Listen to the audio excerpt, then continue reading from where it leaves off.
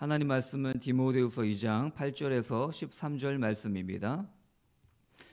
디모데후서 2장 8절에서 13절 말씀입니다. 내가 전한 복음대로 다윗의 씨로 죽은 자 가운데서 다시 살아나신 예수 그리스도를 기억하라. 복음으로 말미암아 내가 죄인과 같이 매이는 데까지 고난을 받았으나 하나님의 말씀은 매이지 아니하니라. 그러므로 내가 택함 받은 자들을 위하여 모든 것을 참음은 그들도 그리스도 예수 안에 있는 구원을 영원한 영광과 함께 받게 하려 함이라. 미쁘다 이 말이요 우리가 주와 함께 죽었으면 또한 함께 살 것이요 참으면 또한 함께 왕노릇 할 것이요 우리가 주를 부인하면 주도 우리를 부인하실 것이라. 우리는 미쁨이 없을지라도 주는 항상 미쁘시니 자기를 부인하실 수 없으시리라. 아멘. 우리 매이지 않는 복음 강단의 말씀을 보도록 하겠습니다. 우리 디모데후서는 사도 바울의 마지막 목회 서신입니다. 다음 세대 디모데에게 마지막으로 당부하는 바울의 그 복음의 영적인 엑기스가 담겨져 있죠. 오늘 이 짧은 본문만 읽더라도 복음이라는 단어가 2번 등장합니다. 우리 다음 세대 디모데에게 복음을 뿌리 내리도록 사도 바울이 강조를 하고 있죠. 우리 다음 세대들이 참 중요합니다. 깨어있는 다음 세대가 어떻게 나오겠습니까? 깨어있는 부모 세대를 통해 나오는 거예요. 깨어있는 지금 우리 어른들을 통해서 우리 깨어있는 다음 세대들이 나오게 되리라 확신합니다. 그러면 우리가 무엇을 붙잡아야 되겠습니까? 5가지 오직 속으로 우리가 항상 들어가야 되겠죠. 그 첫 번째가 오직 성경입니다. 구약의 39권, 신약의 27권, 총 66권을 정경이라고 합니다. 이거를 캐논이라고 또 부릅니다. 캐논이 무슨 뜻이냐면요, 변하지 않는 절대 기준이에요. 절대 기준. 모든 것은 변합니다. 모든 것은 상대적입니다. 그러나 어제나 오늘이나 영원토록 변하지 않는 것 유일한 하나님의 말씀 성경인 줄 믿습니다. 그러면요, 종교개혁도 어떻게 시작되었습니까? 성경이 번역이 됐어요. 종교개혁자들에 의해서. 그리고 백성들이 성경을 읽기 시작했습니다. 그러면서 종교개혁이 일어난 거예요. 우리도 마찬가지입니다. 우리가 어떻게 종교개혁이 일어나겠습니까? 우리가 성경을 붙잡고 그 안에서 복음의 진리를 깨달을 때 우리 안에서도 우리 인생의 개혁이 일어나게 될 줄 확신합니다. 2번째로는 오직 믿음이죠. 오직 의인은 믿음으로 말미암아 살리라. 유명한 또 구약 성경을 사도 바울이 인용을 했죠. 아무리 선행을 해도, 아무리 수련을 해도, 아무리 노력을 해도 구원은 나의 행위가 아닌 십자가의 대속과 부활의 복음을 믿음으로 이루어지는 줄 믿습니다. 3번째로는 오직 은혜이죠. 이 모든 것이 다 하나님의 은혜인 줄 믿습니다. 예수 그리스도를 듣게 된 것도 은혜고요. 예수 그리스도의 그 십자가의 복음을 듣고 믿음을 주신 것도 성령이 주신 거고요. 날마다 죄를 깨닫게 하시는 것도 성령께서 하십니다. 모든 것이 은혜인 줄 믿습니다. 또 4번째로는 오직 그리스도 아닙니까? 복음의 핵심이 무엇입니까? 예수가 그리스도라는 복음 아니겠습니까? 그럼 왜 다른 사람이 아닌 왜 예수가 그리스도이십니까? 오늘 계속 본문에서도 나오잖아요. 그가 부활하셨기 때문입니다. 이 부활의 복음이 핵심이죠. 5번째, 우리가 어떻게 살아가야 됩니까? 오직 하나님께 영광이죠. 우리 인생의 목적이 무엇입니까? 하나님께 영광 돌리기 위한 목적인 줄 믿습니다. 그래서 우리 예언의 성도님들이 이 강단의 언약을 굳게 붙잡고요, 각 직장 현장마다, 가정 현장마다 하나님의 말씀을 증거하는 하나님 나라 확장의 주역들 다 되시길 예수 그리스도 이름으로 소망합니다. 우리 첫 번째로는 기억해야 할 그리스도죠. 본문 8절 보니까요, 내가 전한 복음대로 다윗의 씨로 죽은 자 가운데서 다시 살아나신 예수 그리스도를 기억하라. 복음에 대해서 계속 바울이 언급하고 있습니다. 복음이 무엇입니까? 복음이 무엇입니까? 가장 명쾌한 대답이 로마서 1장 2절에서 4절에 남겨져 있어요. 복음이 무엇입니까? 예수 그리스도가 복음이죠. 근데 가장 명쾌하게 로마서 1장 2절 4절 보니까요, 이 복음은 하나님이 선지자들을 통하여 그의 아들에 관하여 성경에 미리 약속하신 것이라. 그의 아들에 관하여 말하면은 육신으로는 다윗의 혈통에서 나셨고 성결의 영으로는 죽은 자들 가운데서 부활하사 능력으로 하나님의 아들로 선포되셨으니 곧 우리 주 예수 그리스도시니라. 너무나 명쾌한 복음이 로마서 1장에 나타나 있죠. 왜 예수 그리스도가 복음입니까? 구약 성경으로부터 미리 약속되고 예언되어 있는 분이죠. 그가 육신은 다윗의 혈통으로 나셨고요, 성결의 영으로는 부활하셔서 하나님의 아들, 하나님으로 선포되신 줄 믿습니다. 그래서요, 우리가 딱 뭘 붙잡아야 되냐? 복음의 핵심은요, 부활입니다. 그래서 우리가 기억해야 할 그리스도는 무엇을 기억합니까? 예수 그리스도의 다시 살아나심, 부활을 날마다 기억해야 하는 줄 믿습니다. 신앙생활은 기억하는 거예요. 예수를 기억하는 거예요. 죽음, 사망 권세를 이기신 예수를 기억하는 것입니다. 고린도전서 15장 19절 보니까요, 만일 그리스도 안에서 우리가 바라는 것이 다만 이 세상의 삶뿐이면 모든 사람 가운데 우리가 더욱 불쌍한 자이라. 고린도전서 15장이 무엇입니까? 고린도전서 15장은 부활장이에요. 처음부터 끝까지 예수 그리스도에 대한 부활을 사도 바울이 강조하고 있습니다. 근데 예수 그리스도의 부활이 없다면 예수를 믿는 우리가 가장 불쌍한 자라는 거예요. 주일날 놀러 가지 못하고 교회 오는 거 불쌍한 자라는 거예요. 오늘도 새벽 예배 드리는 게 부활이 없다면 우리가 불쌍한 자라는 거예요.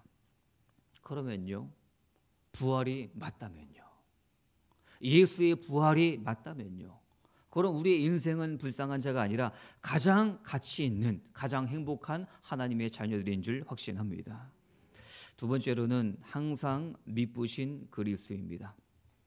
9절 10절입니다. 복음으로 말미암아 내가 죄인과 같이 매이는 데까지 고난을 받았으나 하나님의 말씀은 매이지 아니하니라. 그러므로 내가 택함 받은 자들을 위하여 모든 것을 참음은 그들도 그리스도 예수 안에 있는 구원을 영원한 영광과 함께 받게 하려 함이라. 지금 사도 바울이 계속 강조하는 게 무엇입니까? 사도 바울은 공격을 많이 당했습니다. 무슨 공격을 당했습니까? 너가 정말 사도냐? 사도가 무엇입니까? 예수 그리스도로부터 보내심을 받은 자, 그게 사도예요.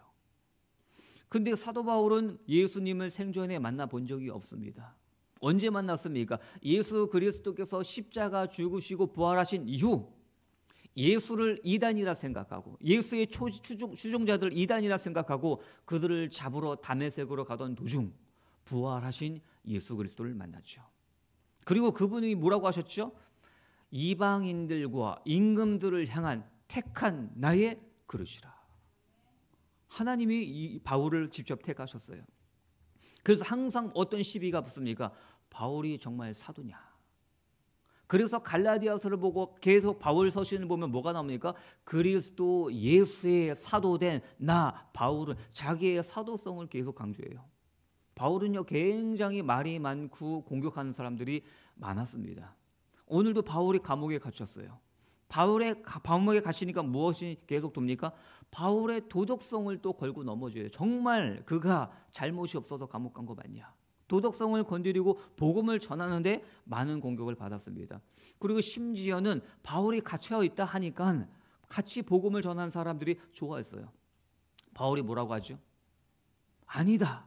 증거되는 것이 예수 그리스도면 나 또한 기뻐하리라. 바울은 공격을 굉장히 많이 당했습니다. 그럼에도 불구하고 무엇을 강조합니까? 바울이 갇혀 있으니까 굉장히 지금 디모데도 낙심되고 그리스도인들이 힘들어합니다. 그러나 뭘 강조하죠? 나는 매어 있지만 복음은 매어 있지 아니하다. 이 말씀을 증거하고 있지 않습니까? 그리고 사도 바울은 미쁘신 예수 그리스도를 나타내고 있습니다. 미쁘다. 우리가 일상적으로 쓰는 단어는 아닙니다. 미쁘다는 말이 무엇입니까? 믿음직스럽다, 신실하다. 미쁘다라는 언어는요, 사람에게 안 어울려요. 왜? 이 미쁘다라는 단어 자체는요, 하나님의 성품을 설명할 때 사용이 됩니다. 약속을 반드시 지키시고 변치 않는 신뢰성을 나타나는 게 미쁘다라는 의미예요. 사람은 미쁘지 않습니다. 언제 어떤 상황에서도 상황과 조건에 따라 변할 수 있는 게 사람입니다. 그러나 부활하신 예수 그리스도는 항상 미쁘십니다. 우리가 어떠한 문제와 사건을 만나더라도 그래서 좌절하거나 낙심할 이유가 없으십니다. 디모데후서 4장 17절에 보니까요, 주께서 내 곁에 서서 나에게 힘을 주심은 나로 말미암아 선포된 말씀이 온전히 전파되어 모든 이방인이 듣게 하려 하심이니 내가 사자의 입에서 건짐을 받았느니라. 사도 바울이 로마 법정 재판에 받을 때 이 말씀을 증거하죠.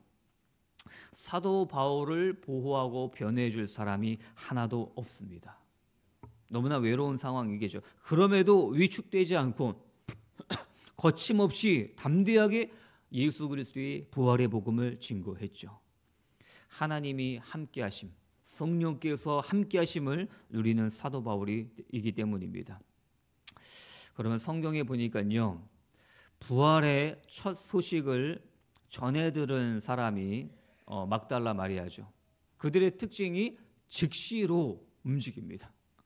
부활의 소식을 듣자마자 즉시로 달려가고 즉시로 움직입니다. 이 막달라 마리아에 대해서 우리가 좀 알아볼까요? 예수님의 무덤으로 가장 먼저 간 사람이 막달라 마리아입니다. 막달라 마리아 과거가 어떻습니까? 7 귀신 들렸던 비참한 여자예요. 전에는 귀신에게 잡혀서 종노릇하며 살았습니다. 근데 예수님 만났어요. 예수 그리스도를 만나고 예수님께서 귀신을 쫓아내어 주시고 인생의 주인이 바뀌면서 이제 제자의 삶을 살게 되었죠. 근데 성경은 뭐라고 합니까? 그 막달라 마리아가 부활의 첫 증인이 돼요. 이거는 의미하는 바가 있습니다. 2000년 전에 유대 사회는요, 여자들을 공식적인 증인으로 채택하지 않습니다. 공식적인 증인은요, 남자 성인 2명부터 공식적인 증인으로 채택이 돼요. 여자는 100명이 있어도 이때 당시에 채택이 안 됩니다. 한 그리스 철학자가 이런 말을 했습니다. 왜 그리스도의 부활이 거짓이냐? 그 첫 증인이 여인이기 때문이다. 이런 말까지 했습니다. 근데 오히려 이 점 때문에 부활이 더 믿을만 하다는 거예요. 그 당시 여자를 증인으로 세우지 않는다는 것은 모두 다 알고 있습니다. 그럼에도 불구하고 예수 그리스도의 부활의 첫 증인이 막달라 마리아다. 왜 그랬겠습니까? 그것도 과거가 7 귀신 들렸던 사람이에요. 진짜이기 때문입니다. 사실이기 때문이죠. 거짓입니다. 근데 이것을 진짜로 꾸며야 해요. 그러면 첫 증인이 베드로와 요한, 남자로 세우겠죠. 근데 이 여인이 진짜 증인이기 때문에 바꿀 필요가 없는 거예요. 그러면서 막달라 마리아를 통해서 목사님이 이렇게 말씀하셨죠. 막달라 마리아가 드디어 백서울 공주가 되었다. 백방으로 설치고 다니며 공포의 주둥이를 눌리는 사람. 좀 과격한 표현이지만 사탄 입장에서 과격하죠. 저희 입장에서는 복음을 증거하는 입술 아니겠습니까? 예수 그리스도의 부활이 가장 강력한 복음입니다. 예수 그리스도의 부활의 능력, 그래서 우리 안에 뭐가 나타납니까? 날마다 살아있는 산소망이 우리 마음속에, 가슴속에 예수 그리스도로 말미암아 일어나게 될 줄 확신합니다. 결론적으로 농구공, 축구공, 골프공, 야구공 말씀을 하셨죠. 몸에 꿰맨 자국이 있는 야구공이 대장이 되었다 말씀을 하셨습니다. 사도 바울도 마찬가지죠. 바울처럼 복음을 위한 영광의 상처가 있는 삶. 바울이 항상 뭘 얘기하죠? 예수의 죽음을 몸에 짊어졌다는 거예요. 그러면서 날마다 뭐라고 합니까? 고린도전서 15장에도 얘기해요. 나는 날마다 죽노라. 근데 우리도 죽어야 합니다. 우리 자아가 죽어야 합니다. 내 개인의 생각이 죽어야 합니다. 왜? 죽어야 부활의 능력을 체험하게 될 줄 믿습니다.